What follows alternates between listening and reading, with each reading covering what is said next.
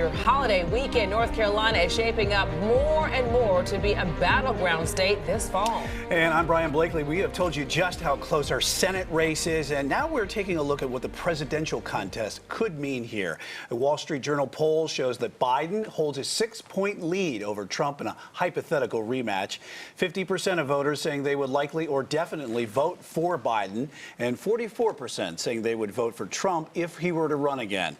Republicans in North Carolina are hoping for a supermajority after the November elections. Queen City News chief political correspondent Emma Withrow says it's going to be an uphill battle in your local elections headquarters report.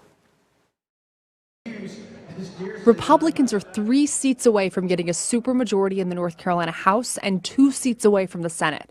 Those 5 seats all sit in fairly blue districts, though, so each race won't be easy for Republicans to secure. But I feel like after the elections that we're going to have a supermajority. House Speaker Tim Moore is keeping his eye on the prize of a supermajority because it would mean Republicans could finally override their Democratic Governor Roy Cooper's constant vetoes.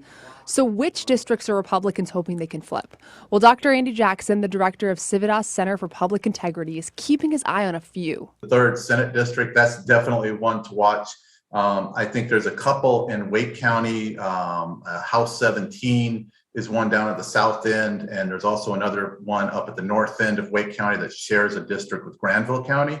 Those are probably going to be pretty close. Jackson says whichever political party is in the White House has a harder time winning midterm elections. He thinks this is why Republicans might actually have a chance at flipping some of these slightly blue districts. It really is for the Democrats, playing good defense here, especially on these lean Democratic suburban districts. I've touched on that before, but I really want to emphasize that. That's really going to be the key. Long term, these more rural districts that Democrats still hold, with a couple of exceptions, they're going to be gone, certainly by the end of this decade. Now, in the case of Republicans actually squeaking out a win in these toss-up seats, they have big plans for legislation in next year's session. Moore says their bill requiring county sheriffs to cooperate with Immigration and Customs Enforcement is on the top of their list. We're going to pass this bill. Who knows? Maybe the governor will realize, in light of what's happened over the last couple of years, that he needs to reevaluate his position. But if not, I believe we'll have enough votes to override a veto. Jackson also thinks additional action on abortion will be one of Republicans' top priorities.